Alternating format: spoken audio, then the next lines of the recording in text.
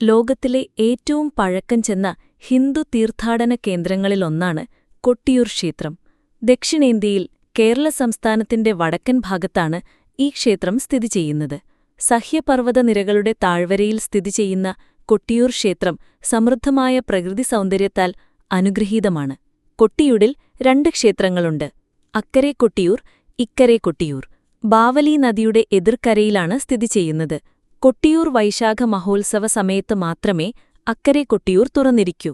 കണക്കുകൂട്ടലുകൾ പ്രകാരം ഒരു ക്ഷേത്രത്തിന്റെ നിർമ്മാണത്തിന് ആവശ്യമായ വിസ്തീർണം വളരെ വലുതായതിനാൽ ഇത്രയും വലിയൊരു കെട്ടിടം നിർമ്മിക്കാൻ കഴിയില്ല.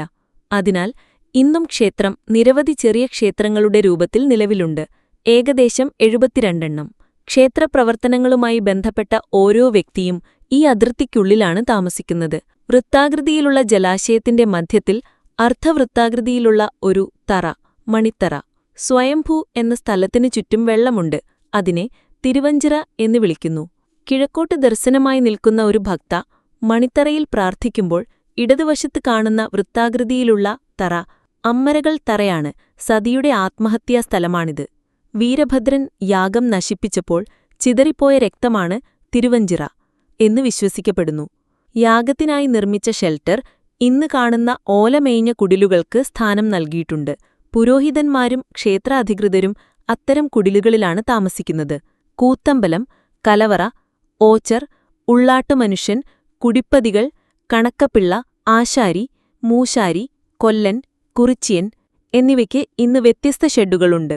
മാനസികവും ശാരീരികവുമായ അവസ്ഥകളെ പ്രതിഫലിപ്പിക്കുന്ന തരത്തിലാണ് ഈ പ്രദേശത്തെ സ്ഥലങ്ങൾക്ക് പേരിട്ടിരിക്കുന്നത്. സതീദേവി യാഗശാലയിലേക്കുള്ള യാത്രയിൽ കടന്നുപോയി. തന്റെ പ്രിയപ്പെട്ടവരിൽ നിന്ന് വേർപിരിയലിന്റെ വേദന അനുഭവിച്ച സ്ഥലമായിരുന്നു മനാധന. കണ്ണുനീരൊഴുകിയപ്പോൾ ആ സ്ഥലം കണ്ണീർ ചാറായി. ക്ഷീണിതയായി അവൾ വിശ്രമിച്ചു. ആയോത്തും ചാലിൽ ക്ഷീണിതയായ ദേവിക്ക് സവാരി ചെയ്യാൻ നൽകിയ ഒരു കാളക്കുട്ടി കേളകമായി മാറി. യാഗശാലയിൽ നിന്ന് പുറപ്പെടുന്ന ശബ്ദം അവളെ ഒരു നോക്ക് കാണാൻ നീട്ടി. ഇപ്പോൾ അത് നീണ്ടുനോക്കി ആയി. നികുതി ചുമത്തുന്ന സ്ഥലം ചുങ്കക്കുന്ന്. അവൾ പതുക്കെ നടന്ന സ്ഥലം മന്ധേംചേരിയായി. അവൾ ക്ഷീണിതയായി നിലത്തുവീണ സ്ഥലമാണ് മൂർച്ചിലക്കാട്. ദക്ഷനെ തലയറുത്ത് നിലത്തേക്കെറിഞ്ഞ വാളാണ് മുത്തേരിക്കാവ്. പാൽ തിളപ്പിക്കാൻ ഉപയോഗിച്ചിരുന്ന കല്ലടുപ്പുകളാണ് പാലുകച്ചിയ മല എന്നറിയപ്പെട്ടു. എന്തായാലും കൊട്ടിയൂർ സതീദേവിയും ശിവനും മറ്റു പുണ്യപുരുഷന്മാരും ഒരു കാലത്ത് ഒത്തുചേർന്ന സ്ഥലമായി തുടരുന്നു.